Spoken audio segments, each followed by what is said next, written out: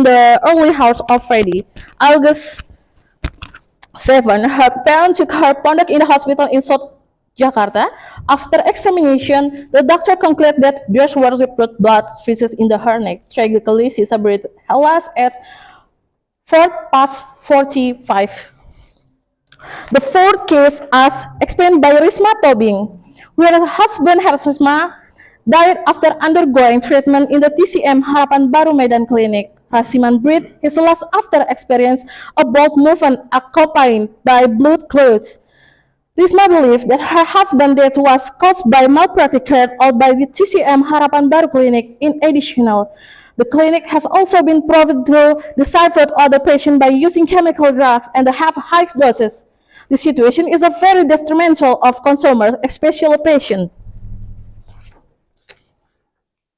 And then I got the research method based on normative legal method, which included positive legal inventory research, research on the legal principle, and concrete legal research, systematical legal research, legal history research, and comparative law. The secondary data is a normative legal research bar in the form primary legal material, the secondary legal materials, and a tertiary legal material.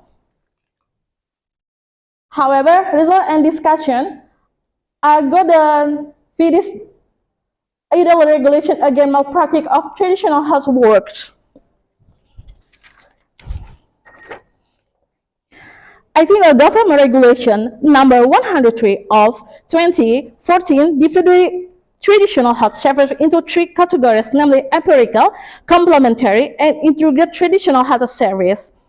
Empirical traditional health service are required to register and have a traditional health work register certificate or STPT. This registration system does not provide adequate legal control and does not process the community using their service. And the contrast complementary traditional health service must have traditional health work registration certificate or SGRTKT and traditional health work practice permit SIPTKT, which are provided recognized and adored from the government. His licensing system provides strong legal protection but of traditional health works. Therefore, more ideal and a firm regulation aimed legal protection for victims of traditional health works malpractice. The proposed construction of an ideal regulation of law enforcement against medical malpractice of traditional health works is followed.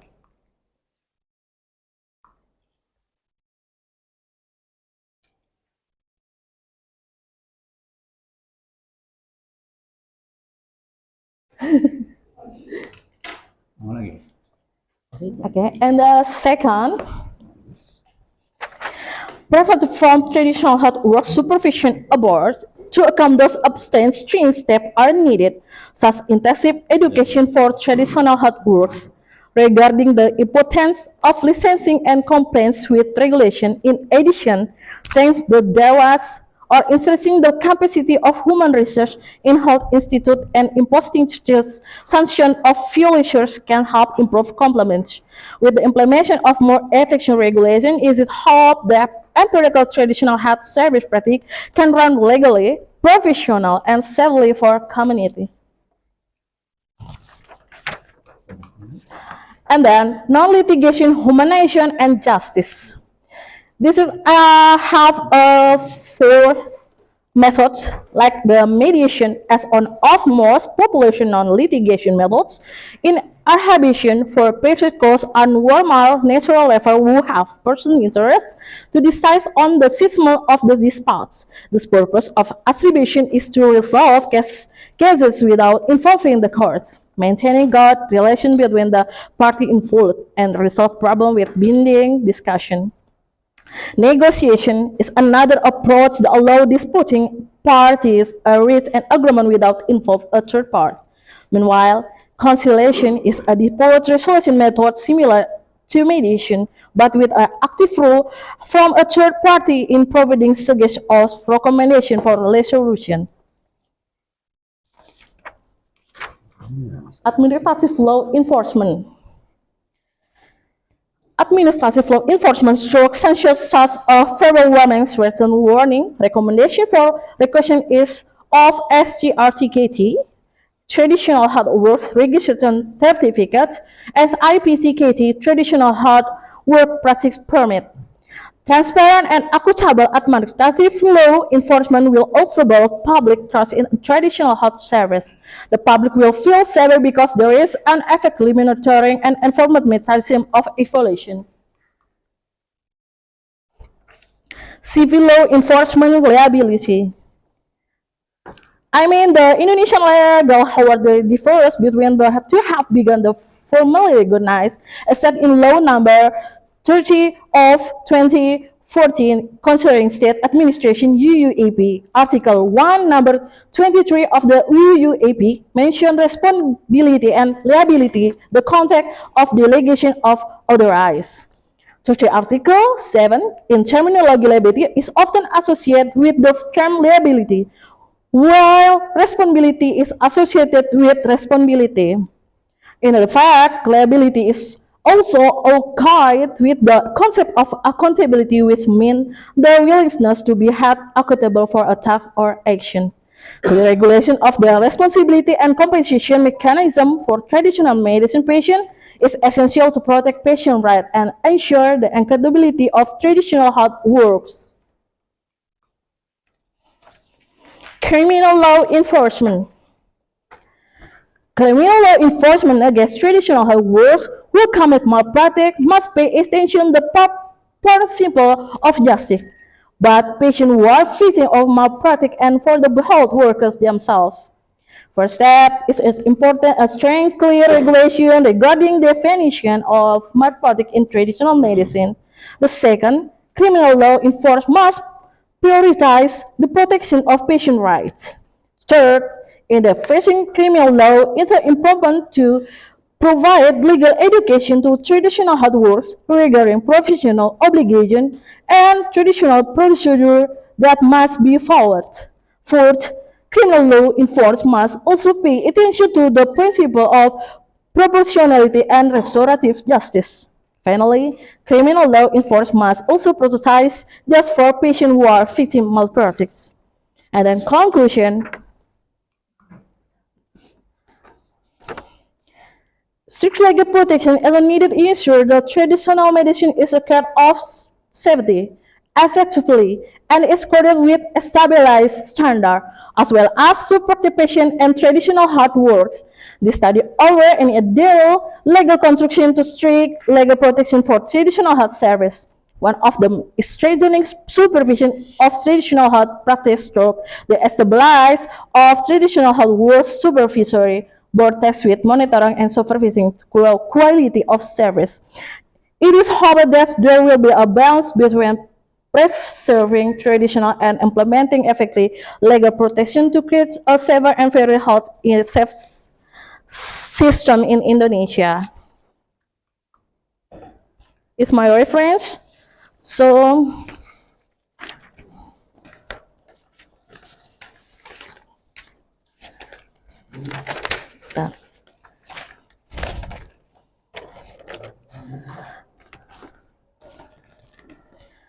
thanks for participation.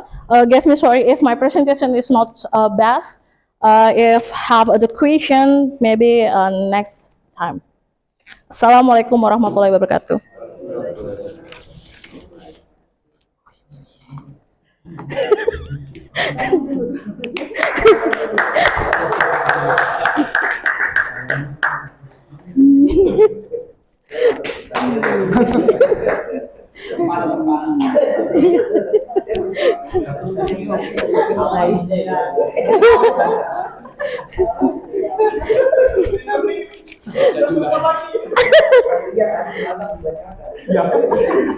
Lagi tuh.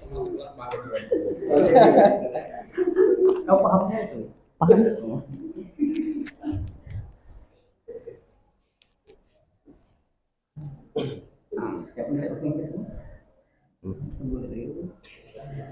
The time of our lecture. Maybe have a question.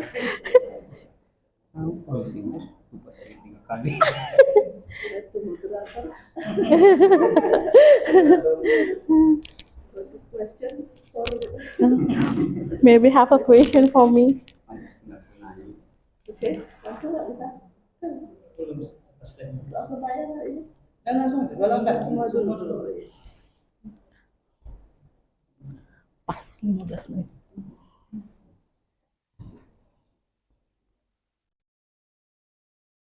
Go. Nanti saya tampilkan aja.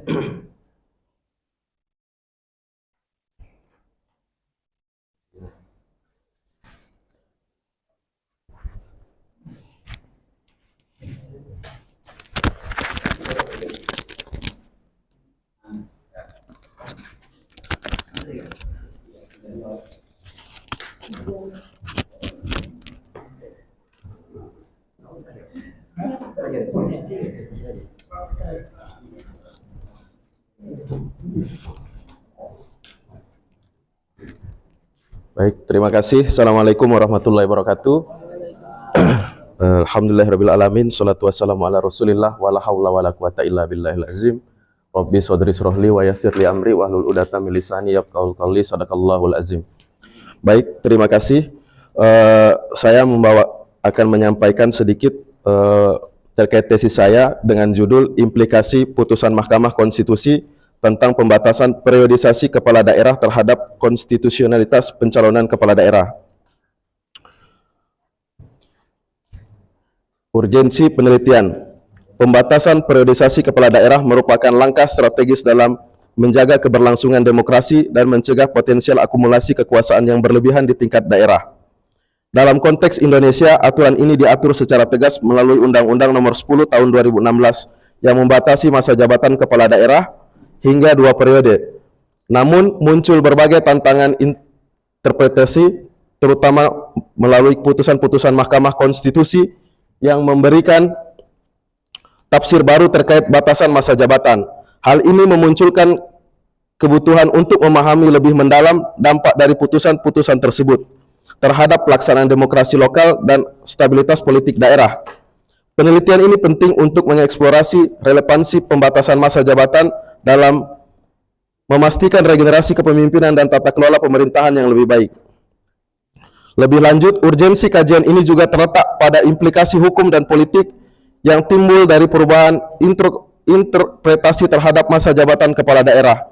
Putusan-putusan Mahkamah Konstitusi seperti putusan nomor 22, putusan Undang-Undang Strip 7/2009 nomor 67 garing putusan Undang-Undang Strip 13/2020 dan nomor 2 putusan Undang-Undang Strip 21/2023 telah menyoroti berbagai aspek terkait perhitungan masa jabatan yang sering kali menjadi polemik baik dari perspektif konstitusionalitas maupun penerapan dalam sistem pemilihan kepala daerah.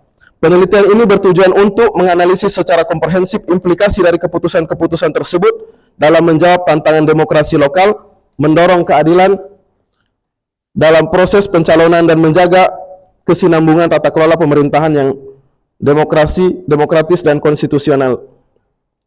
Metode penelitian. Penelitian ini menggunakan metode yuridis normatif, yaitu penelitian yang berfokus pada kajian terhadap aturan hukum, prinsip hukum, dan doktrin hukum melalui pendekatan kepustakaan.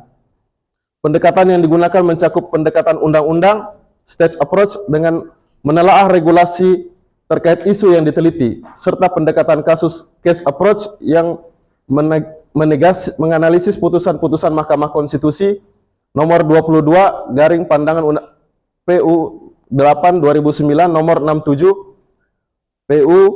PUU strip 13 2020 dan nomor 2 PU garing 21 tahun 2023. Analisis dilakukan secara deskriptif dan imperatif untuk menggambarkan penerapan prinsip hukum secara sistematis dan menemukan pola kesamaan atau perbedaan dalam pelaksanaan aturan hukum melalui studi mendetail terhadap dokumen-dokumen terkait. Hasil dan pembahasan legal keputusan hukum pembatasan masa jabatan kepala daerah tafsir konstitusi atas norma pasal 7 ayat 2 huruf N Undang-Undang Nomor 10 Tahun 2016. Yang kedua, implikasi putusan MK terhadap kepastian hukum pembatasan masa jabatan kepala daerah dalam Pilkada serentak tahun 2024. Kepastian hukum pembatasan masa jabatan kepala daerah, tafsir konstitusi atas norma pasal 7 ayat 2 huruf N Undang-Undang Nomor 2016. Norma pasal 7 ayat 2 huruf N Undang-Undang Nomor 10 tahun 2016 membatasi masa jabatan kepala daerah maksimal 2 periode untuk mencegah monopoli kekuasaan dan memastikan sirkulasi kepemimpinan yang sehat. Namun norma ini menimbulkan ketidakpastian hukum terkait definisi menjabat, terutama bagi kepala daerah yang tidak menyelesaikan masa jabatannya secara penuh. Mahkamah Konstitusi menegaskan bahwa menjabat setengah periode atau lebih dianggap sebagai 1 periode penuh atau untuk pejabat definitif maupun pejabat sementara sesuai prinsip proporsionalitas dan keadilan dalam pasal 290 ayat 1 Undang-Undang 1945. Putusan MK seperti nomor 22 Undang-Undang nomor 7 tahun 2009 dan 67 putusan Undang-Undang ke-18 2020 memberikan kepastian hukum bahwa masa jabatan dihitung secara adil berdasarkan durasi yang dijalani. MK menolak permohonan untuk membatasi istilah menjabat hanya kepada pejabat definitif, memastikan tidak ada diskriminasi antara kategori pejabat. Dengan interpretasi ini norma pasal 7 ayat 2 huruf N Undang-Undang Nomor 10 tahun 2016 melindungi hak konstitusi calon kepala daerah, menjaga integritas demokrasi dan mencegah penyalahgunaan kekuasaan melalui aturan pembatasan jabatan. Putusan MK terkait pembatasan masa jabatan kepala daerah dalam pasal 7 ayat 2 huruf N Undang-Undang Nomor 10 tahun 2016 memberikan kepastian hukum penting bagi Pilkada serentak tahun 2024. Putusan ini menegaskan bahwa menjabat setengah masa jabatan atau lebih dianggap sebagai 1 periode penuh berlaku untuk pejabat definitif atau menjabat sementara. Tujuannya adalah untuk mencegah konsentrasi kekuasaan, mendorong regenerasi kepemimpinan, dan menjaga keadilan dalam sistem demokrasi lokal. Dengan adanya kepastian hukum ini, celah hukum memungkinkan penyalahgunaan wewenang oleh calon kepala daerah dapat diminimalkan. KPU dan Bawaslu memiliki peran penting untuk memastikan implementasi putusan ini berjalan konsisten dan transparan. Edukasi kepada masyarakat dan calon kepala daerah mengenai aturan ini perlu ditingkatkan guna menghindari kebingungan dan konflik hukum.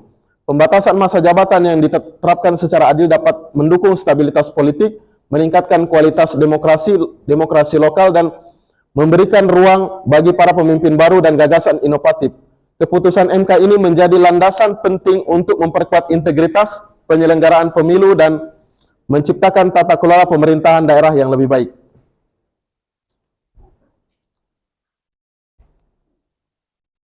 Konklusi penutup, putusan MK Konstitusi mengenai pembatasan masa jabatan kepala daerah yang tentang dalam pasal 7 ayat 2 huruf N Undang-Undang Nomor 10 tahun 2016 memberikan kepastian hukum terkait interpretasi masa jabatan. Mahkamah Konstitusi menegaskan bahwa masa jabatan yang dijalani setengah periode atau lebih dihitung 1 periode penuh, baik bagi pejabat definitif maupun pejabat sementara. Keputusan ini mencegah potensi manipulasi hukum oleh pejabat sementara yang dapat berusaha mencalonkan diri melebihi batas 2 periode. Selain itu, Mahkamah juga menolak permohonan yang membedakan penghitungan masa jabatan antara pejabat definitif dan pejabat sementara, sehingga memastikan perlakuan yang adil dan setara bagi semua calon kepala daerah. Implikasi putusan ini pun sangat signifikan bagi penyelenggara Pilkada serentak 2024, di mana KPU dan Bawaslu harus menafsirkan kepatuhan terhadap pembatasan masa jabatan dengan menerapkan keputusan Mahkamah Konstitusi secara konsisten. Hal ini mendukung proses demokrasi yang lebih transparan, adil, dan mengurangi potensi penyalahgunaan kekuasaan, serta menjaga kualitas pemerintahan daerah dengan mendorong regenerasi kepemimpinan. Kepastian hukum yang diberikan oleh Mahkamah Konstitusi juga berperan penting dalam memperkuat integritas pemilu, memastikan sirkulasi kepemimpinan yang sehat, dan memberikan kesempatan yang adil bagi calon pemimpin baru. Terima kasih. Wassalamualaikum warahmatullahi wabarakatuh.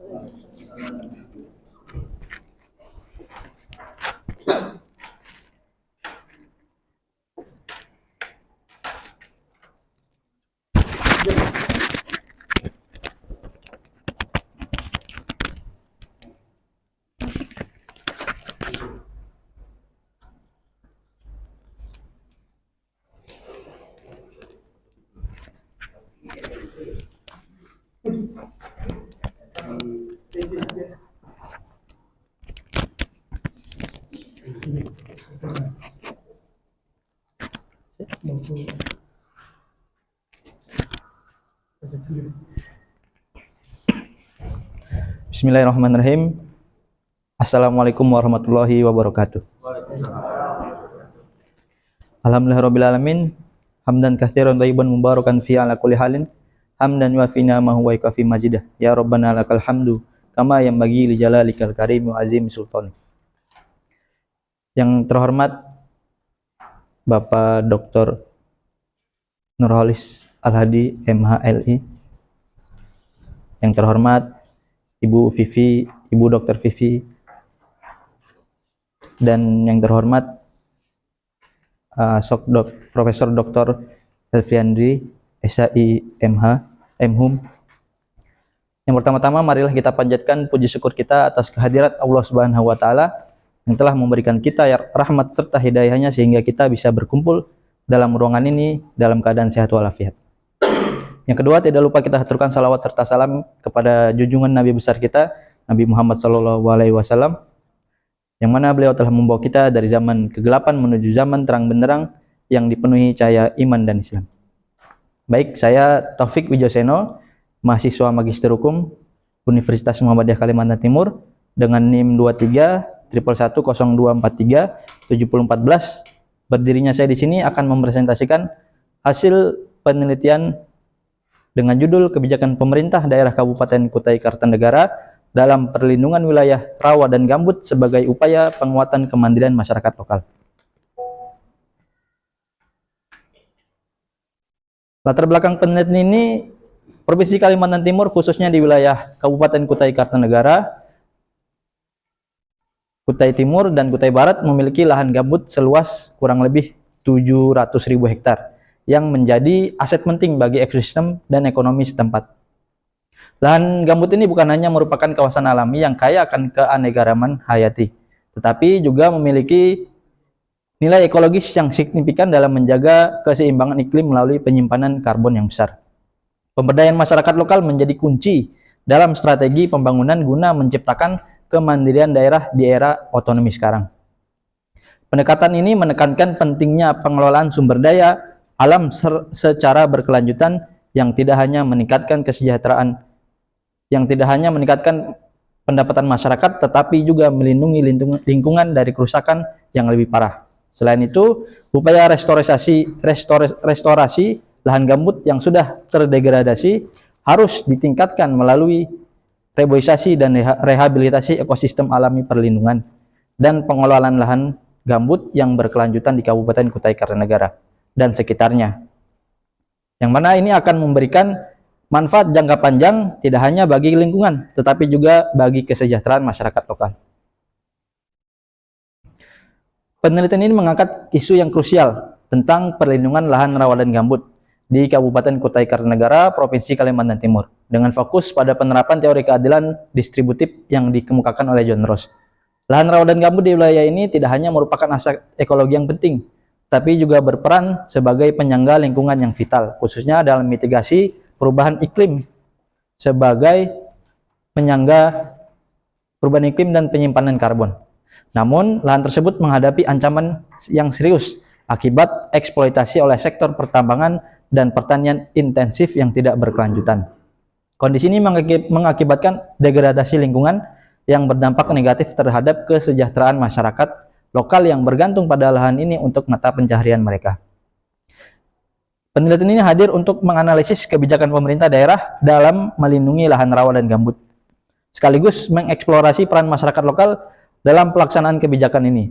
Dengan mengadopsi prinsip-prinsip keadilan distributif, penelitian ini bertujuan untuk memastikan bahwa manfaat ekologis dari perlindungan lahan tersebut dapat didistribusikan secara adil kepada masyarakat, terutama kepada kelompok yang paling rentan terhadap dampak kerusakan lingkungan.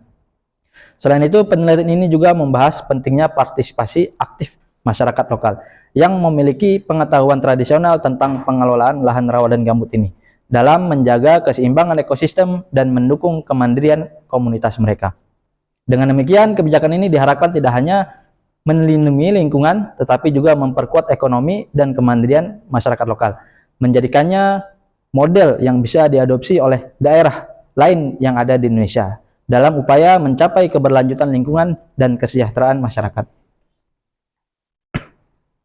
Adapun rumusan masalah dari penelitian ini, yang pertama, bagaimana kebijakan pemerintah daerah Kabupaten Kutai Kartanegara terhadap pelestarian lingkungan masyarakat lokal. Rumusan masalah kedua, bagaimana peran masyarakat lokal dalam mendukung keberlanjutan lingkungan sebagai upaya penguatan kemandirian lokal daerah. Adapun tujuan penelitian, yang pertama, menganalisis kebijakan pemerintah daerah Kabupaten Kutai Kartanegara terhadap pelestarian lingkungan masyarakat lokal, khususnya dalam upaya melindungi lahan rawa dan gambut, serta mengevaluasi dampaknya terhadap keberlanjutan ekosistem dan kesejahteraan masyarakat setempat. Tujuan yang kedua, mengidentifikasi dan mengevaluasi peran masyarakat lokal dalam mendukung keberlanjutan lingkungan sebagai bagian dari upaya pelestarian ekosistem, sekaligus mengkaji kontribusi mereka dalam memperkuat kemandirian daerah secara berkelanjutan. Metode penelitian ini mengadopsi metode yuridis empiris yang menggabungkan pendekatan hukum sosiologis dengan observasi langsung di lapangan.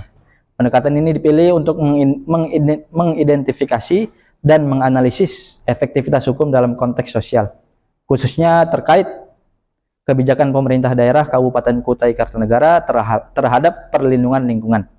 Penelitian ini dilakukan dengan mengunjungi 3 kecamatan utama, yakni Kembang Janggut, Kota Bangun, dan juga Muara Kaman, yang dikenal dengan ekosistem rawa dan gambut yang memiliki nilai ekologis penting. Dan 3 kecamatan ini merupakan daerah yang mempunyai lahan rawa dan gambut terluas di Kabupaten Kutai Kartanegara. Adapun teknik pengumpulan data dalam penelitian ini menggunakan 2 jenis data. Yang pertama, data primer. Data primer diperoleh melalui observasi langsung dan wawancara dengan masyarakat setempat serta pejabat pemerintah daerah. Dan observasi dilakukan secara sistematis dengan mengunjungi lokasi penelitian. Sementara wawancara dilakukan baik secara tatap muka maupun online atau telepon menggunakan panduan wawancara yang telah disiapkan sebelumnya dan sudah disetujui oleh dosen pembimbing.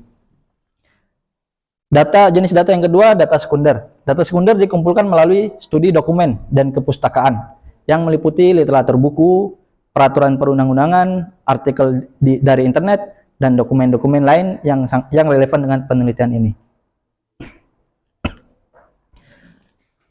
Adapun hasil dari penelitian ini mengevaluasi kebijakan pemerintah daerah Kabupaten Kutai Kartanegara dalam melindungi lahan rawa dan gambut yang memainkan peran penting dalam menjaga keanekaragaman hayati dan stabilitas ekosistem.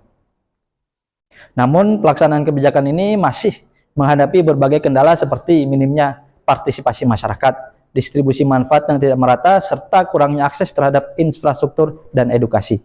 Menggunakan perspektif teori keadilan distributif yang dikemukakan oleh John Rawls, penelitian ini menganalisis kebijakan tersebut melalui 2 prinsip utama: prinsip kebebasan yang sama dan prinsip perbedaan. Prinsip yang pertama adalah prinsip kebebasan yang sama.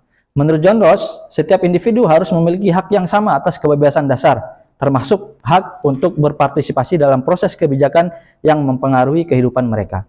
Dalam konteks ini, warga Kabupaten Kutai Kartanegara memiliki hak yang sama untuk menikmati manfaat ekologis dari lahan rawa dan gambut yang terlindungi. Namun, hasil data menunjukkan bahwa partisipasi masyarakat dalam perumusan kebijakan masih sangat minim. Banyak warga merasa tidak dilibatkan yang menunjukkan ketimpangan dalam hak partisipatif. Prinsip yang kedua adalah prinsip perbedaan.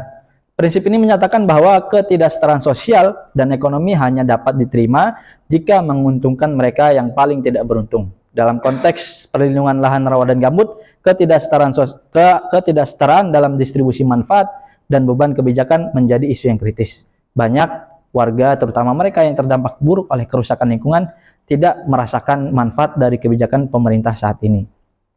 Sebaliknya, mereka seringkali harus menanggung beban seperti masuknya hewan liar saat banjir melanda. Masyarakat adat yang hidup berdampingan dengan alam memiliki pemahaman mendalam tentang cara menjaga dan memanfaatkan lahan rawa dan gambut secara berkelanjutan. Rawa dan gambut memiliki peran yang sangat penting dalam menjaga keseimbangan ekosistem. Mereka berfungsi sebagai penyimpan air, penyeimbang iklim, dan habitat bagi berbagai flora dan fauna. Namun di banyak tempat, termasuk di Kabupaten Kutai Kartanegara, keberadaan dan pentingnya ekosistem ini seringkali kurang mendapatkan perhatian yang memadai dalam hal perlindungan dan pengelolaan.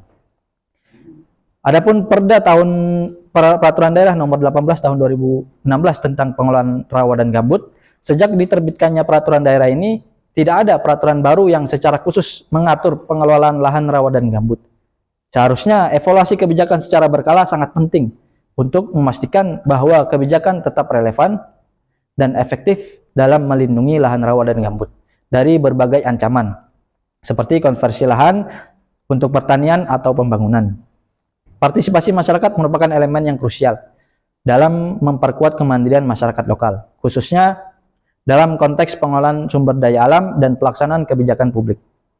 Keterlibatan aktif masyarakat dalam proses perencanaan, pelaksanaan, dan evaluasi kebijakan tidak hanya meningkatkan akuntabilitas dan transparansi pemerintah, tetapi juga memastikan bahwa kebijakan yang dibuat benar-benar mencerminkan kebutuhan dan aspirasi masyarakat setempat.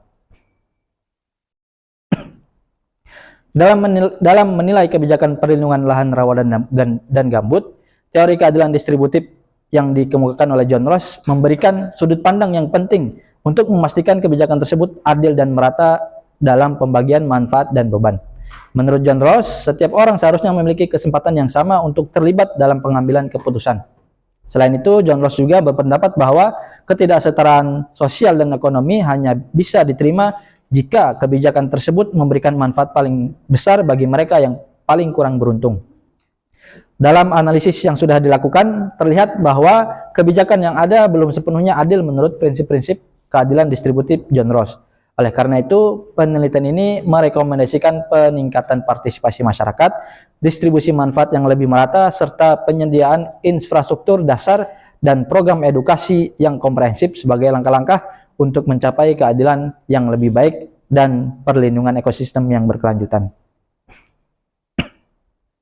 Kesimpulan dari penelitian ini menunjukkan bahwa kebijakan pemerintah daerah Kabupaten Kutai Kartanegara terkait perlindungan lahan rawa dan gambut, meskipun sudah berlandaskan pada peraturan daerah seperti Peraturan Daerah Nomor 18 Tahun 2016, masih menghadapi berbagai tantangan dalam implementasinya. Seharusnya kebijakan ini bertujuan untuk menjaga keseimbangan ekosistem, melindungi keanekaragaman hayati, dan memberikan manfaat ekologis yang merata bagi seluruh masyarakat. Dengan memperhatikan prinsip keadilan distributif ala John Rawls. Namun, kendala dalam partisipasi masyarakat, distribusi manfaat yang tidak merata, serta kurangnya akses terhadap sumber daya dan informasi mengindikasikan bahwa kebijakan ini perlu penguatan yang lebih lanjut. Partisipasi masyarakat yang inklusif, distribusi manfaat yang lebih adil, serta penyediaan infrastruktur dan edukasi yang memadai merupakan rekomendasi utama untuk meningkatkan efektivitas kebijakan ini dalam melindungi lahan rawa dan gambut secara berkelanjutan. Dan alhamdulillah penelitian ini sudah terbit di Jurnal Sinta 4, di Jurnal Al-Manhaj, Jurnal Hukum dan Pranata Sosial Islam. Baik, terima kasih. Mungkin hanya ini yang bisa saya sampaikan. Akhir kata, Assalamualaikum warahmatullahi wabarakatuh.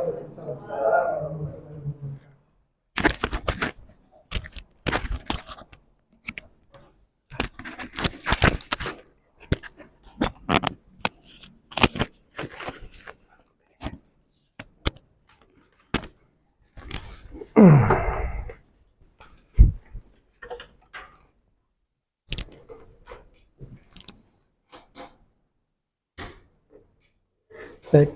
terima kasih atas kesempatan dan waktu yang diberikan kepada saya. Bismillahirrahmanirrahim. Bismillahirrahmanirrahim. Wa yassirli amri wahlul 'uqdatam min lisani yafqahu qawli. Sadaqallahul azim. Assalamualaikum warahmatullahi wabarakatuh.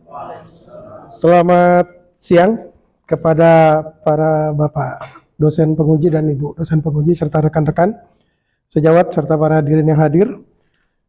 Yang saya hormati Bapak Dr. Muhammad Nurkolis Al-Hadi, Sarjana Hukum, Magister Hukum Legitasi, selaku Ketua Prodi Magister Hukum, dan juga selaku penguji 2. Kemudian yang saya hormati Ibu Dr. Aulia Pipi Yulianingrum, Sarjana Hukum dan Magister Hukum, selaku penguji 1. Dan yang saya hormati Bapak Asosiat Profesor Dr. Elvianri, Sarjana Hukum Islam, Magister Humaniora, dan juga sebagai dosen pembimbing saya, dan juga sebagai penguji 3. Dan yang saya banggakan teman-teman sejawat, serta peserta diseminasi hari ini, dan juga para hadirin yang saya muliakan.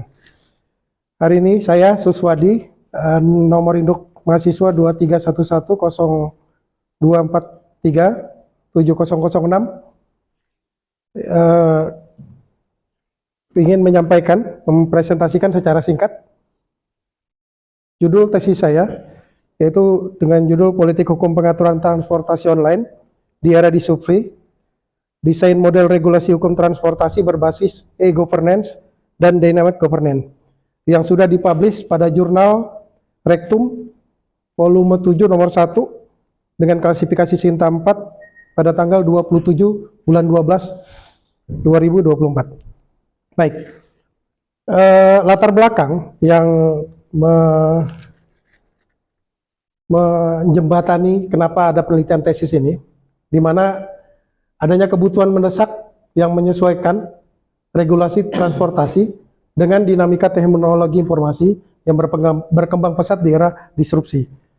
Kemudian kemunculan transportasi online sebagai bagian dari revolusi industri 4.0 telah membawa tantangan signifikan yang tidak hanya bagi operator transportasi tradisional, tapi juga bagi pemerintah sebagai regulator. Tanpa regulasi yang memadai dan responsif, transportasi online berpotensi menciptakan konflik yang berkepanjangan dengan berbagai pemangku kepentingan, termasuk pengemudi transportasi konvensional, konsumen, dan pemerintah sebagai regulator. Kekosongan hukum ini juga dapat membuka ruang atau gap bagi perusahaan transportasi online untuk menerapkan aturan yang cenderung menguntungkan mereka tanpa mempertimbangkan dampak sosial secara menyeluruh. Studi ini juga menjadi sangat relevan karena menawarkan solusi berbasis electronic governance dan dynamic governance atau tata kelola dinamis sebagai pendekatan inovatif dalam regulasi transportasi online. Pendekatan ini tidak hanya berfokus pada penyesuaian kebijakan terhadap teknologi modern, tetapi juga menekankan pentingnya tata kelola yang adaptif dan inklusif untuk menciptakan hukum dan meminimalkan konflik. Dengan mengintegrasikan prinsip-prinsip pemerintahan yang baik, penelitian ini berupaya menjembatani kesenjangan antara kebutuhan masyarakat, kepentingan bisnis, dan kewajiban pemerintah sebagai regulator, sehingga memberikan kontribusi yang signifikan terhadap pembentukan ekosistem transportasi yang lebih adil dan berkelanjutan. Metode penelitian, di sini saya melakukan penelitian ini menggunakan metode hukum normatif dengan menggunakan pendekatan perundang-undangan, yaitu mengkaji berbagai peraturan perundang-undangan yang relevan dengan topik penelitian ini. Kemudian pendekatan yang konseptual, menggali nilai-nilai yang terkandung dalam konsep hukum, dasar, dan norma hukum. Hasil dan pembahasannya, yang pertama adalah politik hukum pembaruan dan pembangunan hukum transportasi online, di mana pembaruan hukum transportasi online harus merespon kemajuan teknologi yang cepat, di mana sistem hukum yang ada perlu diperbarui agar dapat mengakomodasi model bisnis berbasis aplikasi digital, yang seringkali menghadirkan ketidakjelasan dalam aspek seperti status pekerja, apakah mereka dianggap karyawan tetap atau pekerja lepas. Kemudian pengaturan tarif serta adanya pengawasan dari pemerintah. Selain itu, pembangunan hukum transportasi online juga harus mempertimbangkan aspek keselamatan serta kenyamanan serta keadilan bagi semua pihak yang terlibat. Pembuat kebijakan perlu menyiapkan regulasi yang adil, namun juga tidak membatasi inovasi yang ada, dengan memastikan bahwa kebijakan yang diterapkan dapat menjaga kompetisi yang sehat di pasar transportasi secara keseluruhan. Politik hukum pembaruan dan pembangunan hukum transportasi online di era disrupsi ini harus mampu menciptakan kerangka yang fleksibel dan adaptif terhadap perubahan zaman, sehingga menciptakan iklim usaha yang kondusif, melindungi hak-hak konsumen, dan meningkatkan kualitas pelayanan publik yang baik. Jadi yang kedua adalah desain model regulasi hukum transportasi berbasis electronic governance dan dynamic governance. Adapun tawaran dan langkah strategis dalam membangun politik hukum pengaturan dan pembangunan hukum transportasi online di era disrupsi berbasis governance dan dynamic governance sebagai berikut. Adanya sinergi lintas kementerian, khususnya antara Kementerian Perhubungan, kemudian adanya Kementerian Ketenagakerjaan dan Kementerian Komunikasi Digital, sehingga sangat penting dalam menghadapi tantangan transportasi di era digital teknologi. Kemudian pembaruan hukum dalam perjanjian kemitraan transportasi online, di mana diperlukan regulasi yang memastikan antara keseimbangan hak dan kewajiban agar kemitraan transportasi online lebih adil dan transparan. Karena saat ini ada gap di mana aturan-aturan yang diterapkan oleh pemerintah itu tidak terdata dengan maksimal. Kemudian pembentukan undang-undang transportasi online berbasis electronic governance dan dynamic governance. Dengan regulasi yang tepat, pemerintah dapat menciptakan ekosistem transportasi online yang seimbang, kemudian berkelanjutan, serta mengakomodasi kepentingan semua pihak, baik itu bisnisnya, tata kelola bisnis, dan juga tata kelola pemerintahannya. Kemudian transportasi online berkelanjutan dengan kombinasi e-governance dan dynamic governance, transportasi online dapat berkembang secara berkelanjutan. Kesimpulan, pembaruan hukum transportasi online di era disrupsi memerlukan regulasi adaptif berbasis e-governance dan dynamic governance. Politik hukum pembaruan dan pembangunan hukum transportasi online harus mampu menyeimbangkan kebutuhan inovasi teknologi dengan perlindungan hak-hak konsumen dan pekerja sebagai pelaku di lapangan. Kemudian pendekatan e-governance dan dynamic governance menjadi solusi strategis untuk menciptakan sistem yang transparan, efisien dan berkelanjutan. Karena sesuai dengan perkembangan 4.0 begitu cepat diiringi dengan digitalisasi yang meninggalkan model lama menjadi model baru. Kemudian sinergi lintas kementerian seperti Kementerian Perhubungan, Kementerian Ketenagakerjaan, dan Kementerian Komunikasi dan Digital yang terbaru ini. Dan juga sangat penting mendukung terciptanya regulasi yang komprehensif. Tentunya harus adil. Selain itu juga perlu dibentuk undang-undang khusus yang memperhatikan aspek perjanjian kemitraan yang adil dan transparan dalam setiap aspek, mulai dari keselamatan hingga perlindungan hak pengemudi dari ketimpangan dalam perjanjian kemitraan. Kemudian peningkatan ini memastikan pertumbuhan transportasi digital yang inklusif, berkelanjutan, dan sesuai dengan kepentingan publik. Sebelum saya mengakhiri, saya akan membacakan sebuah pantun kepada teman-teman, ya. Rajutlah kain, buatlah baju, pakai juga jarum selancar. Kalau kita kepingin maju, jangan sungkan untuk belajar. Oke. Baik, wabillahi taufiq wal hidayah. Wassalamualaikum warahmatullahi wabarakatuh. Terima kasih.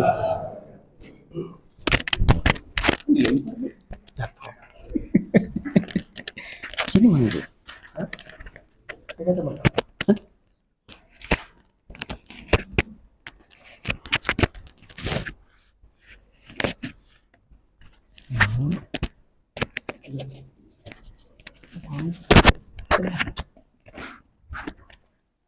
Lepas nih.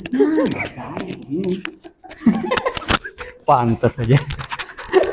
Ini kerjanya gue nih. Oke.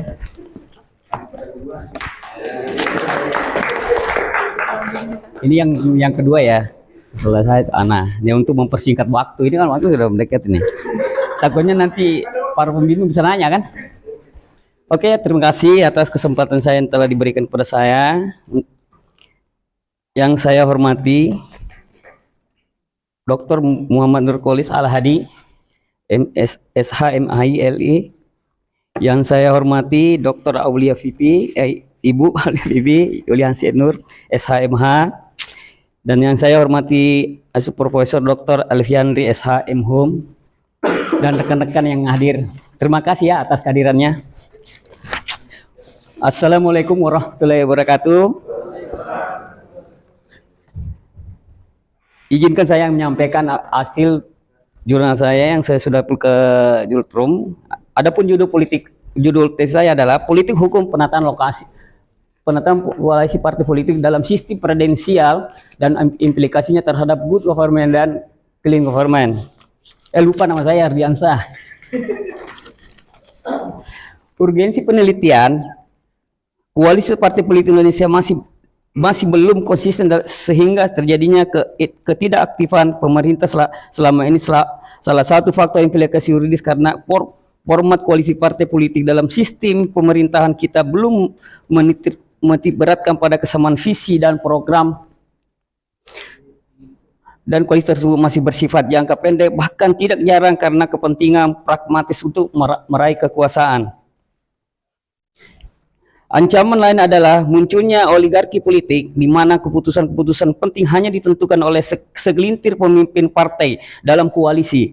Hal ini berisiko membatasi partisipasi publik, mempersempit ruang demokrasi. Jika koalisi hanya digunakan untuk mempertahankan koalisi tanpa memperhatikan kepentingan rakyat, maka kepercayaan masyarakat terhadap sistem politik akan terkikis. Energi yang dimiliki parpol semestinya dipusatkan dalam dan digunakan untuk memformulasi, merumuskan agenda perubahan substansial dan di tengah percaturan dan persaingan global. Terlalu mahal ongkos sosial dan politik yang harus dibayar bangsa jika para petinggi parpol hanya menyibukkan diri membangun koalisi partai politik. Semestinya koalisi partai politik berimplikasi terhadap good government dan clean government. Penelitian hanya ini menekankan pada pentingnya penataan koalisi partai untuk mendorong good government dan clean government.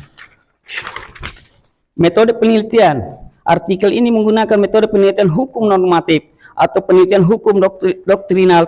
Teknik pengumpulan bahan hukum dalam penelitian ini dilakukan melalui studi kepustakaan, mencangkup bahan hukum primer, sekunder, dan tersier. Data yang terkumpul kemudian disusun, dianalisis secara kualitatif. Hasil analisa dipaparkan secara sistematis berdasarkan permasalahan penelitian dengan penjelasan deskriptif. Selanjutnya, penelitian ini diakhiri dengan penarikan kesimpulan berdasarkan temuan yang diperoleh untuk menemukan implikasi koalisi partai politik terhadap good government dan clean government. Adapun hasil pembahasan. 1. Penataan pembangunan politik hukum koalisi partai politik ideal dalam sistem presidensial. 2. Desain koalisi partai politik yang ideal terhadap good government dan clean government. Penataan pembangunan politik hukum koalisi partai politik ideal dalam sistem presidensial terdiri ada 4. 1. Penataan pelembagaan oposisi. Selain mengontrol kekuasaan oposisi, membantu menyeimbangkan koalisi parlemen di parlemen melalui mekanisme check and balance. 2. Pemantauan dan evaluasi kebijakan koalisi untuk lembaga independen agar koalisi tetap berjalan dengan baik sesuai dengan prinsip-prinsip pemerintah yang bersih dan akuntabel. Diperlukan lembaga independen yang memiliki kewenangan untuk memantau evaluasi kebijakan yang dihasilkan oleh koalisi.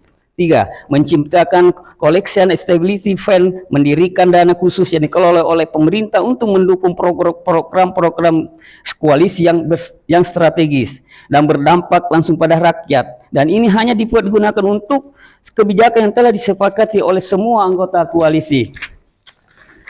Desain koalisi partai politik yang ideal terhadap government dan clean government. 1. Koalisi yang stabil berkomitmen jangka panjang untuk mencapai good government. Koalisi yang kuat dengan dibangun atas dasar komitmen jangka panjang terhadap pembangunan negara dan kesejahteraan rakyat, bukan sekedar membagi-bagi kekuasaan.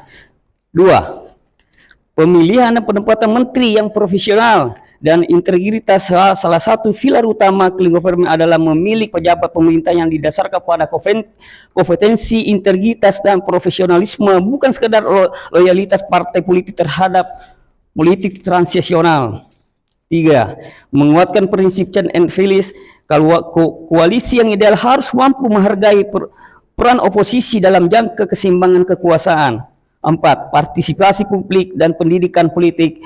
Koalisi yang ideal hanya terfokus pada kekuasaan internal pemerintahan, tetapi juga memastikan adanya partisipasi aktif dalam masyarakat dalam proses politik dan pembuatan kebijakan. Kesimpulan, koalisi partai politik dalam sistem presidensial Indonesia memegang peran penting dalam stabilitas politik, membentukkan pemerintah yang efektif, implementasinya kebijakan. Namun koalisi seringkali terbentuk atas dasar pragmatisme kekuasaan, bukan keseimbangan visi jangka panjang yang dapat mengancam demokrasi dan perlemahan fungsi oposisi. Oleh karena itu, untuk mencapai good government dan green government diperlukan penataan koalisi yang ideal, termasuk pembentukan oposisi yang kuat, evaluasi kebijakan oleh lembaga independen, serta transparansi, akuntabilitas dan pemerintahan. Koalisi yang berbasis pada integritas, profesionalisme, dan komitmen jangka panjang terhadap kepentingan rakyat akan memperkuat demokrasi, meningkatkan kualitas pemerintah di Indonesia. Itulah yang dapat saya sampaikan. Kalaupun ada kurang lebihnya, mohon maaf ya. Assalamualaikum warahmatullahi wabarakatuh. Usah panjang-panjang, mandi aja daripada waktunya terbuang kan. Oh, kira habis. Waduh, ternyata masih ada di ujung tuh. Ada kawan ini.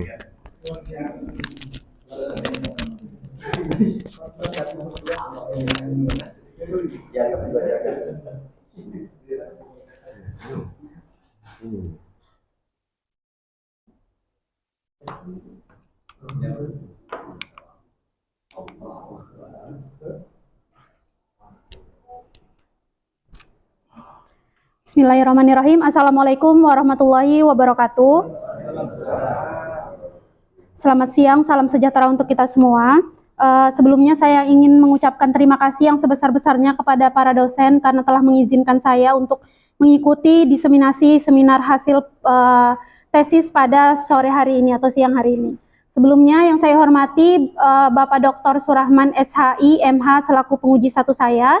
Selanjutnya yang saya hormati juga Bapak Asosiat Profesor Dr. Elviandri SHI M Hum selaku penguji 2 saya. Yang saya hormati juga Bapak Dr. Muhammad Nurholis Al-Hadi SH MHLI selaku penguji 3 sekaligus pembimbing tesis saya. Dan yang saya hormati pula Ibu Dr. Aulia Vivi Yulianingrum yang turut hadir pada diseminasi pada kesempatan hari ini.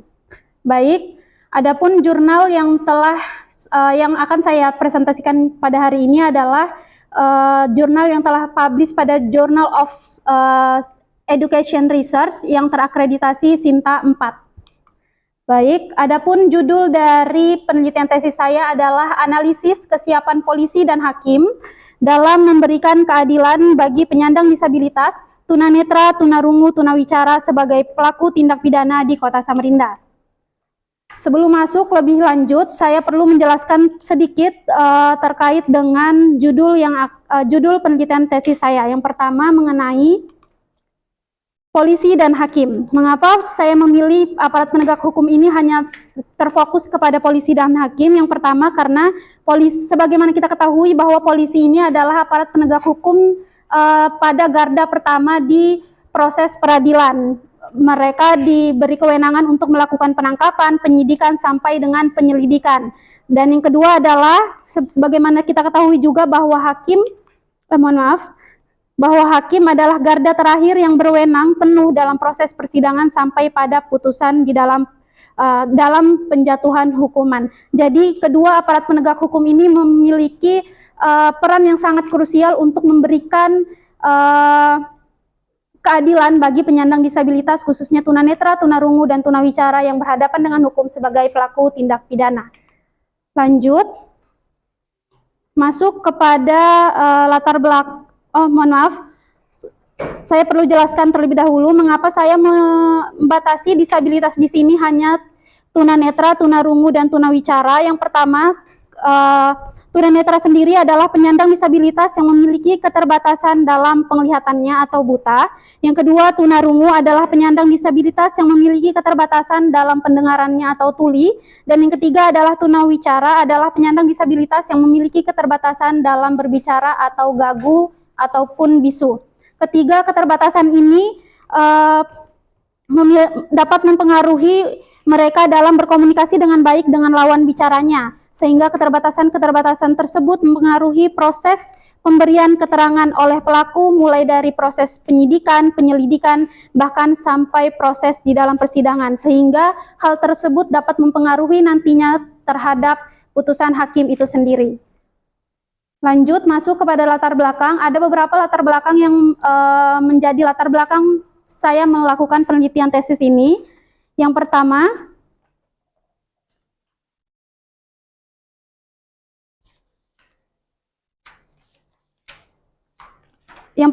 ada 484 orang penyandang disabilitas di Kota Samarinda. Di mana data yang didapatkan dari Dinas Sosial Kota Samarinda ini menunjukkan bahwa ada sekitar 484 orang penyandang disabilitas yang membutuhkan perlakuan yang khusus, terutama ketika mereka berhadapan dengan hukum, khususnya sebagai pelaku tindak pidana. Latar belakang yang kedua adalah penyandang disabilitas ini termasuk kepada kategori kaum yang rentan. Tidak hanya rentan dari faktor internalnya saja, melainkan penyandang disabilitas ini juga rentan terhadap faktor-faktor eksternal dari dirinya, di luar dari dirinya sendiri. Di mana ketika faktor internal itu adalah keterbatasan-keterbatasan yang mereka miliki, sedangkan faktor eksternal itu bisa saja pengaruh lingkungan luas yang mempengaruhi mereka untuk melakukan tindakan-tindakan di luar dari kendali mereka, seperti melakukan tindak pidana.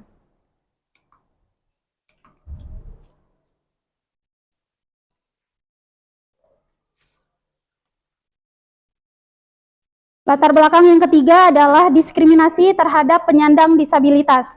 Minimnya pemahaman terhadap kebutuhan oleh masing-masing keterbatasan yang dimiliki oleh penyandang disabilitas ini menjadi salah satu faktor atau alasan sering terjadinya diskriminasi terhadap hak-hak yang dimiliki oleh penyandang disabilitas tersebut, termasuk pemahaman oleh aparat penegak hukum untuk menghadapi mereka atau memberikan perlakuan khusus terhadap mereka ketika mereka diharuskan berhadapan dengan hukum, terutama sebagai pelaku tindak pidana.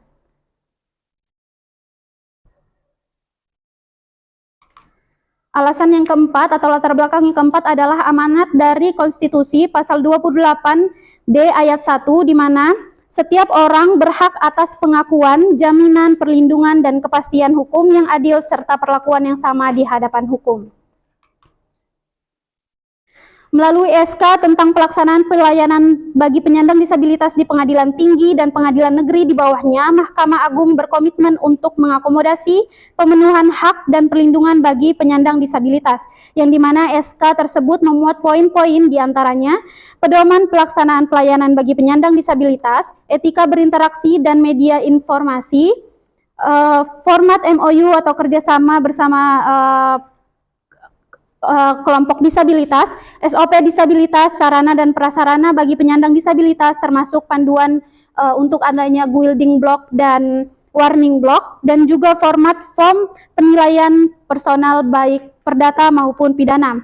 Selain fokus pada infrastruktur akses bagi penyandang disabilitas, Mahkamah Agung juga menyediakan panduan pelayanan dan dasar hukumnya dalam SOP disabilitas.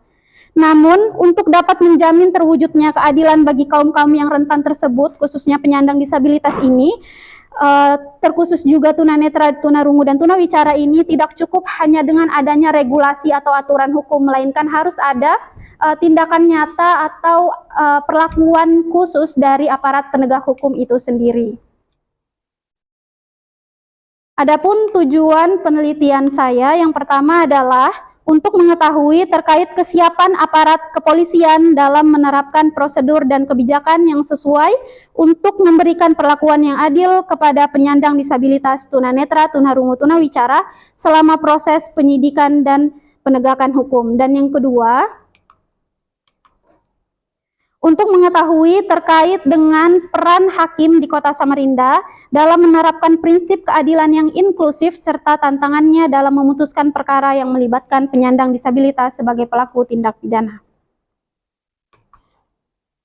Untuk menjawab tujuan tersebut tadi, metode penelitian yang saya gunakan adalah metode yuridis empiris, atau pada penelitian saya ini lebih berfokus kepada metode atau pelaksanaan wawancara yang terfokus pada kepolisian atau Polres Kota Samarinda dan pengadilan negeri, khususnya hakim di Pengadilan Negeri Kota Samarinda. Adapun objek dari penelitian saya adalah kesiapan dari aparat penegak hukum itu sendiri, yaitu polisi dan hakim, dan subjeknya adalah polisi dan hakim itu sendiri. Landasan teori dari penelitian saya ini, yang pertama adalah teori keadilan yang dirumuskan oleh John Rawls, di mana pada intinya teori keadilan menurut John Rawls ini mengatakan bahwa setiap manusia memiliki cara yang berbeda dalam mencapai keadilan, sehingga dalam mewujudkan keadilan tidak selalu berarti memperlakukan setiap orang dengan cara yang sama, melainkan keadilan ini harus diartikan sebagai memperlakukan yang sama dengan cara yang sama, memperlakukan yang berbeda dengan cara yang berbeda. Karena ketika sesuatu yang berbeda diperlakukan dengan cara yang sama, itu justru akan menimbulkan ketidakadilan.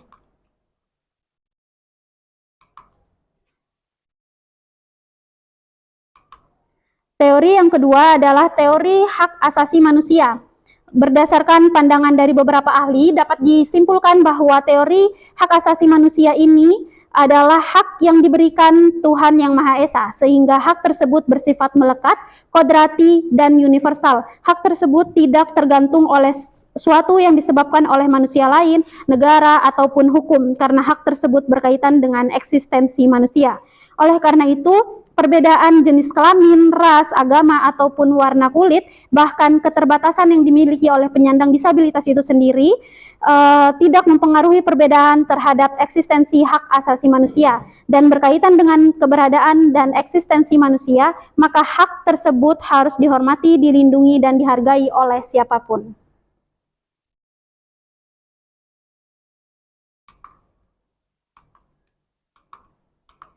Teori yang ketiga atau yang terakhir yang saya gunakan adalah teori hukum progresif menurut Profesor Sacipto Raharjo, di mana Profesor Sacipto Raharjo mengemukakan bahwa hukum progresif adalah cara berhukum yang selalu gelisah untuk membangun diri sehingga berkualitas untuk melayani dan membawa rakyat pada kesejahteraan dan kebahagiaan. Ringkasnya, beliau menuliskan bahwa hukum progresif itu sesungguhnya sederhana, yaitu melakukan pembebasan baik dalam cara berpikir maupun bertindak dalam hukum, sehingga mampu membiarkan hukum itu mengalir saja untuk menuntaskan tugasnya mengabdi kepada manusia dan kemanusiaan, termasuk dalam hal penanganan oleh aparat penegak hukum, polisi, dan hakim dalam menghadapi penyandang disabilitas ini. Masuk kepada hasil penelitian dan pembahasan jurnal atau tesis saya, di mana jumlah penyandang disabilitas yang terlibat dalam proses peradilan baik sebagai saksi, korban, pelaku, maupun pengunjung terus meningkat setiap tahunnya. Fenomena ini terjadi karena berbagai faktor seperti meningkatnya kesadaran hukum di masyarakat dan terbukanya akses keadilan yang lebih luas. Namun dalam praktiknya penyandang disabilitas masih menghadapi berbagai kendala dalam proses peradilan. Kendala tersebut diantaranya terkait dengan keterbatasan sarana dan prasarana, kemudian sikap aparat penegak hukum yang kurang mendukung sampai dengan hambatan terhadap proses berkomunikasi. Selanjutnya, menurut Jones dalam jurnalnya, pelaku dengan ketidakmampuan belajar atau yang mengalami gangguan intelektual atau gangguan fungsi adaptif dengan lingkungannya memiliki gangguan kemampuan pula dalam mengatasi ketidakmampuan mereka jika harus dihadapkan dengan sistem peradilan pidana. sehingga diatur pula dalam Peraturan Pemerintah Nomor 39 Tahun 2020 tentang akomodasi yang layak untuk penyandang disabilitas dalam proses peradilan, pasal 19 ayat 1 dan 2, yang pada intinya menyatakan bahwa akomodasi yang layak berupa sarana dan prasarana harus disesuaikan dengan hambatan-hambatan yang dimiliki oleh masing-masing penyandang disabilitas tersebut. Adapun hambatan-hambatan yang dimiliki tersebut, 3 diantaranya mencakup hambatan dalam hal penglihatan, hambatan dalam hal pendengaran, dan hambatan dalam hal berbicara, sebagaimana materi dalam penelitian saya ini. Selanjutnya, namun untuk dapat mewujudkan keadilan bagi penyandang disabilitas, khususnya tunanetra, tunarungu, dan tunawicara, tidak hanya cukup dengan dibentuknya dan direalisasikannya peraturan mengenai penyediaan sarana dan prasarana yang memadai bagi mereka ketika berhadapan dengan hukum sebagai pelaku tindak pidana, melainkan perlu adanya aturan atau SOP yang lebih spesifik mengenai perlakuan dan tindakan aparat penegak hukum dan dalam menangani perkara dengan pelaku penyandang disabilitas yang dimaksud tersebut, karena akan menjadi percuma penyediaan aksesibilitas yang baik tersebut jika tidak diiringi oleh perlakuan yang baik dari aparat penegak hukum yang menghadapi mereka ini.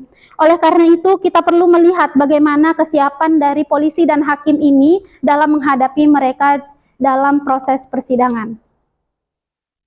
Yang pertama, pada ranah kepolisian, yang telah saya lakukan wawancara di Polres Kota Samarinda, terdapat beberapa fakta yang saya temukan. Yang pertama, dikatakan bahwa tahap pertama yang dilakukan oleh aparat kepolisian ketika menerima perkara yang melibatkan penyandang disabilitas adalah melakukan profil assessment atau pengenalan terhadap kebutuhan yang dibutuhkan oleh penyandang disabilitas tersebut, yang kemudian dilanjutkan dengan melakukan koordinasi dan kerjasama dengan lembaga terkait sesuai dengan kebutuhan penyandang disabilitas sebagaimana pada saat dilakukan profil assessment sebelumnya. Selanjutnya, berdasarkan pengakuan dari pihak kepolisian yang mengakui bahwa dikarenakan keterbatasan pemahaman aparat kepolisian terhadap kebutuhan-kebutuhan yang dibutuhkan oleh penyandang disabilitas yang berhadapan dengan hukum tersebut, pihak Polres Kota Samarinda bekerja sama dengan beberapa lembaga seperti Dinas Sosial, kemudian pihak Rumah Sakit Jiwa atau SLB untuk menjadi pendamping para penyandang disabilitas tersebut selama berada pada proses peradilan di kepolisian. Hal tersebut menjadi sebagai bentuk implementasi terhadap perlindungan hak penyandang disabilitas yang berhadapan dengan hukum, sebagaimana keterangannya. Yang kedua, tidak ada pelatihan khusus untuk menangani perkara yang melibatkan penyandang disabilitas secara umum. Penanganannya sama seperti menangani kasus orang normal pada umumnya, yang membedakan hanya pada adanya profil assessment dan pendampingan sesuai dengan kebutuhannya. Yang ketiga, dikatakan pada saat wawancara ini, dikatakan bahwa kasus pidana yang pelakunya penyandang disabilitas ini masih cukup jarang, bahkan 5 tahun terakhir hanya ada 2 kasus. Itu pun dikatakan tidak berlangsung sampai ke pengadilan. Sebagai peneliti dan penulis tesis ini, saya memberi tanggapan bahwa kurangnya pemahaman langsung oleh pihak kepolisian karena harus menggunakan tenaga lembaga lain seperti pihak RSJ dan SLB membuat penanganan menjadi kurang optimal. Dari keterangan pada wawancara dapat dilihat kurangnya kesiapan Polres Kota Samarinda, khususnya aparat kepolisian Kota Samarinda, dalam menangani kasus yang melibatkan penyandang disabilitas, khususnya tunanetra, tunarungu, dan tunawicara. Dapat dipahami sebagai akibat dari rendahnya frekuensi kasus yang melibatkan disabilitas ini, yang masih tergolong jarang terjadi. Hal ini menciptakan kesan bahwa perhatian dan persiapan yang diperlukan untuk menghadapi situasi tersebut belum menjadi prioritas utama bagi pihak kepolisian atau aparat kepolisian. Meskipun ada upaya dari pemerintah dan institusi kepolisian untuk meningkatkan kesetaraan pelayanan bagi penyandang disabilitas, realitas di lapangan menunjukkan bahwa implementasi kebijakan tersebut seringkali terhambat oleh kurangnya pemahaman, pengalaman, dan pelatihan khusus bagi mereka. Kemudian, menurut saya sebagai penulis dan peneliti jurnal ini, dalam menghadapi berbagai situasi termasuk penanganan kasus yang melibatkan penyandang disabilitas, kita tidak seharusnya menunggu jumlah kasus tersebut menjadi lebih banyak atau meningkat. Kita perlu memahami bahwa langkah proaktif dan antisipatif jauh lebih efektif untuk menciptakan sistem yang responsif dan inklusif, di mana dengan mengembangkan pelatihan dan prosedur yang sesuai sejak awal, pihak kepolisian bisa membangun pemahaman yang lebih baik tentang kebutuhan dari penyandang disabilitas tersebut. Hal tersebut di atas memastikan bahwa ketika kasus-kasus yang pelakunya penyandang disabilitas, terutama tunanetra, tunarungu, dan tunawicara muncul, mereka sudah siap dan pengetahuan dan keterampilan yang diperlukan. Selain itu, pendekatan ini juga berperan penting untuk dalam meningkatkan kesadaran masyarakat mengenai hak-hak penyandang disabilitas dan pentingnya keadilan yang setara. Dengan cara ini, kita dapat membantu mengurangi stigma yang seringkali menyertai kelompok ini. Jadi, kesiapan untuk menangani situasi-situasi yang jarang terjadi, seperti penyandang disabilitas yang melakukan tindak pidana ini tetap harus kita perhatikan. Lanjut, pada ranah hakim di Pengadilan Negeri Kota Samarinda terdapat beberapa fakta juga yang saya temukan. Yang pertama, masih jarang perkara pidana yang pelakunya penyandang disabilitas. Namun pada saat ini atau pada saat saya melakukan wawancara tersebut, ada kasus yang sedang berjalan, yaitu yang melibatkan penyandang disabilitas tunanetra dengan kasus pidana pencabulan. Fakta yang pertama ini tidak sesuai dengan fakta yang saya dapatkan di kepolisian, di mana di kepolisian dikatakan bahwa 5 tahun terakhir hanya ada 2 kasus dan tidak ada yang sampai ke pengadilan, sedangkan di pengadilan saya menemukan fakta bahwa sedang ada kasus tunanetra tindak pidana pencabulan yang sedang berlangsung atau berjalan. Yang kedua, ada program pelatihan penanganan kaum rentan termasuk penyandang disabilitas yang diadakan oleh Diklat Mahkamah Agung setiap tahunnya. Namun kuotanya terbatas. Tidak semua hakim dapat mengikutinya. Yang ketiga, penanganan untuk kasus yang pelakunya disabilitas sama saja dengan penanganan kasus lainnya. Yang membedakan hanya pada penyediaan pendampingan sesuai dengan kebutuhan masing-masing dari penyandang disabilitas tersebut. Dan yang keempat adalah hakim yang saya wawancarai ini mengakui bahwa menghadapi pelaku tindak pidana dengan kategori disabilitas itu merupakan hal yang sulit atau susah, karena nyatanya memang mereka ini berbeda dengan kita, caranya berkomunikasi atau caranya kita mendapatkan informasi dari mereka itu juga berbeda. Jadi sedangkan lewat perantara atau penerjemah ini dirasa juga kurang efektif dan kurang efisien, seperti itu. Menanggapi penelitian saya yang di pengadilan tadi, hakim merupakan pintu terakhir dari proses peradilan. Semua muara peristiwa hukum pidana berakhir pada putusan hakim. Oleh karena itu, Siddhartha menyebutkan hakim sebagai pengisi jurang hukum tersebut. Hakim diharapkan mampu menggali tidak hanya hukum positif secara normatif, akan tetapi juga hukum secara empiris yang berlaku di masyarakat. Hakim sebagai garda terakhir harus melihat dalam masyarakat yang masih mengenal hukum tidak tertulis, serta berada dalam masa pergolakan dan peralihan. Hakim merupakan perumus dan penggali dari nilai-nilai hukum yang hidup di kalangan masyarakat. Untuk itu, ia harus terjun ke tengah-tengah masyarakat untuk mengenal, merasakan, dan mampu menyelami perasaan hukum dan rasa keadilan yang hidup di dalam masyarakat. Dengan demikian, hakim dapat memberikan putusan yang sesuai dengan hukum dan rasa keadilan masyarakat, terutama yang terfokus dalam penelitian ini adalah mengenai pelaku tindak pidana berlaku oleh penyandang disabilitas tunanetra, tunarungu, dan tunawicara, yang artinya hakim sebagai penegak hukum pada tahap akhir harus mampu memahami kebutuhan-kebutuhan mereka, terutama saat persidangan berlangsung. Dari penjelasan dan beberapa keterangan hakim pada saat wawancara, perlu ditegaskan bahwa kekuasaan kehakiman di Indonesia sebagaimana diatur pada Undang-Undang Dasar Negara Republik Indonesia tahun 1945 dan Undang-Undang Nomor 48 tahun 2009 berfungsi sebagai pilar utama dalam menegakkan keadilan. Para hakim sebagai pelaksana kekuasaan kehakiman memiliki tanggung jawab besar untuk memastikan bahwa setiap keputusan yang diambil tidak hanya berdasarkan hukum yang berlaku, tetapi juga mencerminkan nilai-nilai keadilan yang hidup di dalam masyarakat. Hal ini sinkron dengan teori hukum progresif yang saya gunakan tadi.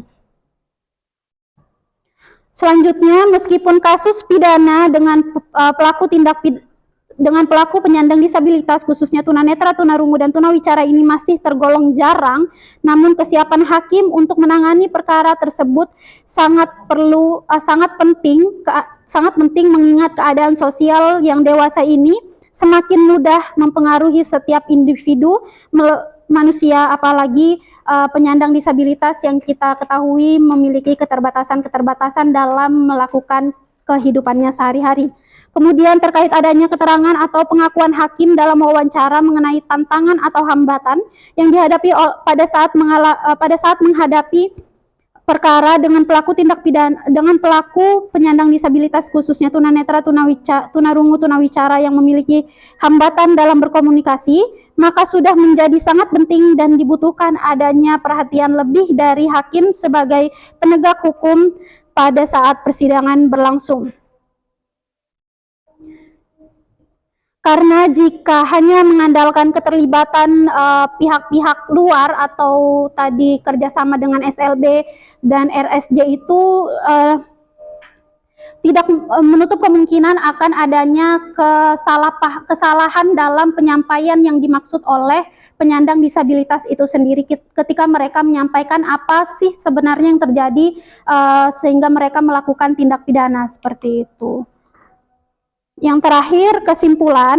Ada dua kesimpulan pada penelitian saya. Yang pertama adalah berfokus pada kesiapan aparat kepolisian dalam menerapkan prosedur dan kebijakan yang adil bagi penyandang disabilitas, khususnya tunanetra, tunarungu, dan tunawicara yang berhadapan dengan hukum. Meskipun ada landasan hukum yang kuat seperti Undang-Undang Nomor 8 Tahun 2016 dan PP Nomor 39 Tahun 2020, implementasi di lapangan masih ditemukan berbagai kendala, kurangnya pelatihan khusus dan pemahaman mendalam tentang kebutuhan penyandang disabilitas di kalangan aparat kepolisian menjadi faktor utama yang menghambat upaya penegakan hukum yang inklusif. Ketergantungan pada lembaga lain seperti rumah sakit jiwa dan SLB untuk memberikan dukungan dalam penanganan kasus dapat mengurangi efektivitas dan responsivitas. Oleh karena itu, penguatan internal di kepolisian melalui pelatihan yang lebih baik dan prosedur yang jelas sangat diperlukan untuk memastikan hak-hak penyandang disabilitas terpenuhi secara optimal selama proses peradilan. Dan kesimpulan yang kedua adalah menekankan kepada peran sentral oleh hakim sebagai garda terakhir dalam proses peradilan, terutama dalam menerapkan prinsip keadilan yang inklusif bagi penyandang disabilitas. Meskipun kasus-kasus dengan pelaku disabilitas masih tergolong jarang, hakim memiliki tanggung jawab besar untuk memastikan bahwa setiap keputusan mencerminkan nilai-nilai keadilan yang hidup di masyarakat dan memperhatikan kebutuhan khusus dari penyandang disabilitas. Di mana dalam proses persidangan penting bagi hakim untuk tidak hanya menyediakan aksesibilitas yang memadai, tetapi juga memahami cara berkomunikasi yang efektif dengan penyandang disabilitas, khususnya tunanetra, tunarungu, dan tunawicara tersebut. Terbatasnya kuota pelatihan dari Balai Diklat Mahkamah Agung membuat tidak semua hakim mempunyai kesempatan yang sama dalam memperoleh pelatihan untuk dapat menghadapi pelaku penyandang disabilitas dengan baik. Mungkin sekian dari jurnal atau penelitian tesis saya. Sekian dan terima kasih. Assalamualaikum warahmatullahi wabarakatuh.